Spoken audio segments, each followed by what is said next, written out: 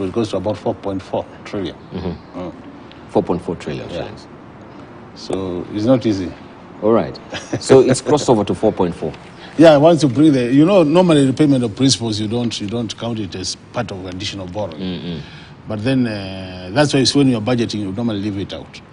But the budget is still around 3.6 trillion. You are just not going beyond that. All right. Boni Khalwale, what do you think? Because I was watching also reactions that are coming from Mashinani and you at Navaholo as well, and you were trying to talk to the crowd, and they didn't want to hear none of this taxes, especially when you're talking about housing levy, where you're telling them it's not what you're being told. You should actually be keen to get the understanding behind the housing levy. And they were shutting you down. Yeah, it is all about leadership.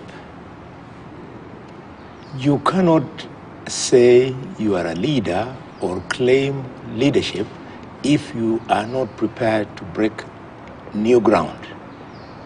Every financial year, and I've been around, I have seen the Minister of Finance for every president, Mwai Kibaki, Uhuru Kenyatta, and Ruto, the presidents under whom I've been able to work. I've seen them break new ground, in the sense that how do we do it better so that we spend more, hopefully on development and job creation.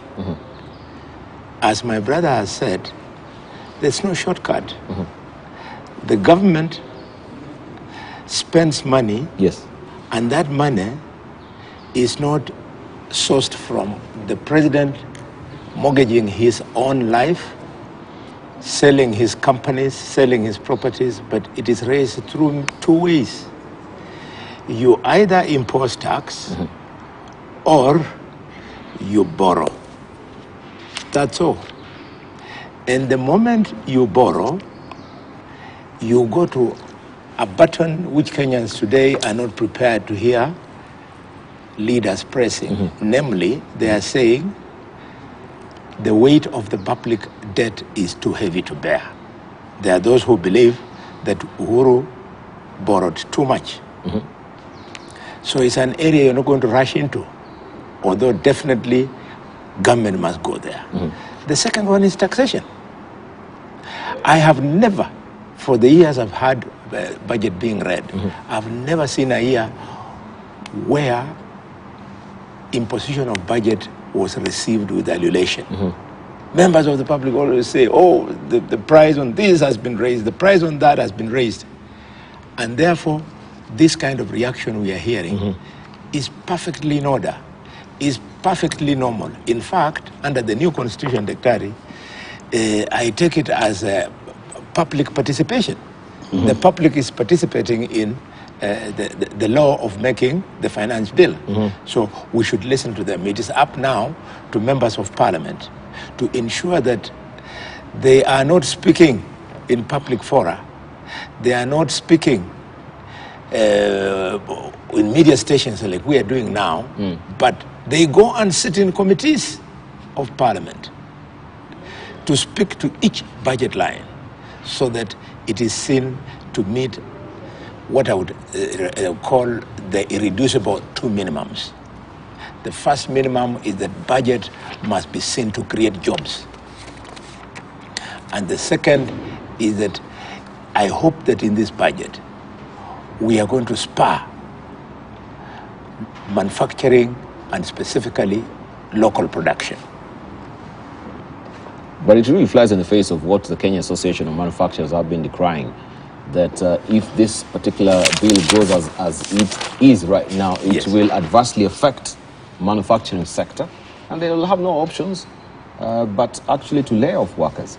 So if you're talking about job creation, isn't it now flipping the coin on the other side with the steamrolling of this finance bill? Because this is what, and you've heard also from the Media Owners Association as well, almost 65 out of the 70 unions that we have, they've come to the fore to starkly be against this particular bill. Yes. The issue being raised by the Association of Manufacturers, we need, as leaders of this country, to tell the country that let the finance bill be read and you see what we have spoken on various budget lines in terms of manufacturing, just to give you a bird's eye view. If you're going to raise tax on imported cement, what does that mean? It means that local cement will be cheaper than imported cement, and therefore you'll be spurring cement production. Similarly, when you impose tax on imported iron material, it means that the local production, mabadi rollings, whatever you call them, will produce their products more cheaply than what you get from abroad. When we say we are imposing tax on imported furniture from China, it means the Juakali man making his furniture outside a shop in Kawangware will get a market because his furniture will be cheaper than furniture from China, and so on and so forth. When we say, for example, that we will impose tax on imported fish from China, it simply means the same fish from China which was pushing the fishermen from Lake Victoria, from River Nzoia and other Lake Turkana and other sources of fish, now his fish will be more competitive in the market than the one we get from China. Those are the responsible decisions that you have to make when you are leading government. Yes. So to me, yes, the bottom line, as members of parliament, as I urge them to pass this bill, the bottom line is that they should now step up their oversight so that members of the public must then see the value of their taxes. This quickly then brings on board the issue of the salaried people with a pay slip, and the rest of the Kenyans. The people who are talking loudest are people who take home a pay slip. But they forget that everybody also contributes to the tax kitty. Let me give you a key example. The boda industry. The boda industry is a 400 billion shilling per annum economy. So if those little boys are making that contribution into our economy, why would somebody who goes home with a pay slip, and this little boy who is a hustler goes home with no pay slip, but he religiously keeps our economy kicking, why would that person find it so unpalatable to also carry his burden of tax? All right, we'll come back to that much later, because yes, even if we lower or we slap up the importation with taxes so that we may try and promote the Buy Kenya brand, the issue of power is still a niggling worry for many investors here in the country as well, and that has not really gone down as promised. The task force was put there by the President Uhuru Kenyatta. That separate off, we don't know what even the report really says. It was just really highlighting about the independent power producers as well, but we've not seen any prime solution really coming from there. So we are waiting to see what was the preeminent solution that was given going forward. But we were warned as citizens that come June, the price of electricity will go up. So that also will be, in a way, really taking us back with the effort that you're trying to raise taxes to maybe stimulate manufacturing here in the country. But I just want to go back to Makale Molo to weigh on that as well, moving forward, because I think now where it has reached, we have also media association owners coming to the fore and saying in 6 years, many Kenyans have not really had any salary raise. And the only wise thing maybe the government will have done is raise taxes that is commensurate also with the salary raise. Because now we'll be actually poking on still the same figure that has been affected by inflation.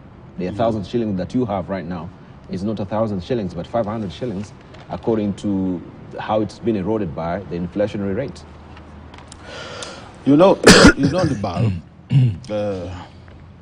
and I've said it many times in this forum, that taxation is something we have to live with. You can't do away with the taxation.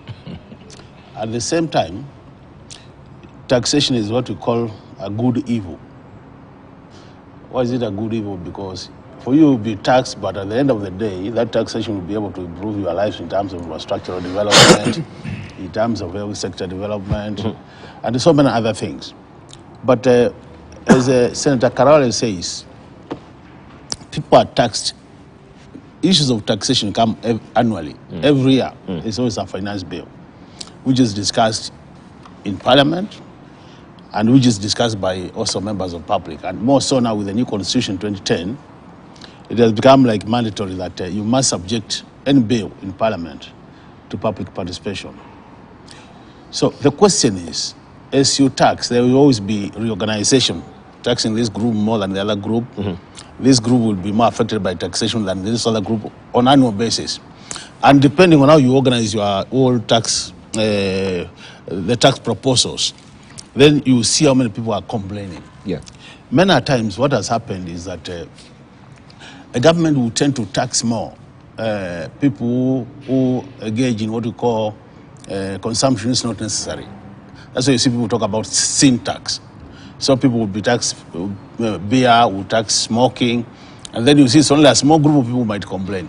But when you look at them, this current finance bill and the proposals in this tax finance bill, you realize that every group in this country, except very few, and I think the only people who are remaining are Honorable Senator Khalwale and a few people who are in Kenya Kwanza, who might have no much choice to say anything else different from saying we support it.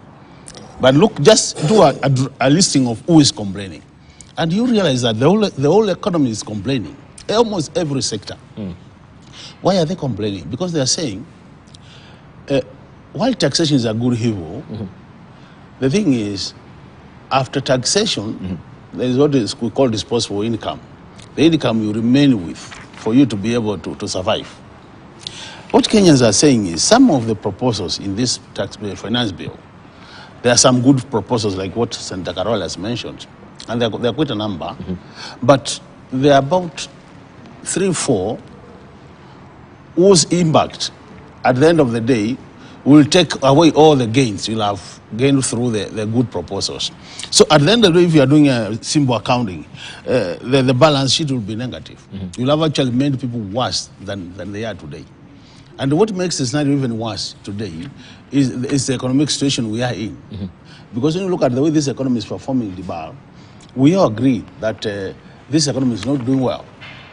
We all agree at the same time that Kenya Kwanza did make promises to Kenyans when they were campaigning. And I've said many times that the only challenge we have is the issue of timing. That the things they are proposing to do would help them achieve their promises. But at the time they are doing it might be the tricky one. And we're asking ourselves, is there a way we could start this to a level that year one, we don't really come with a bang and we are punishing everybody and people are saying, now, you have heard the statement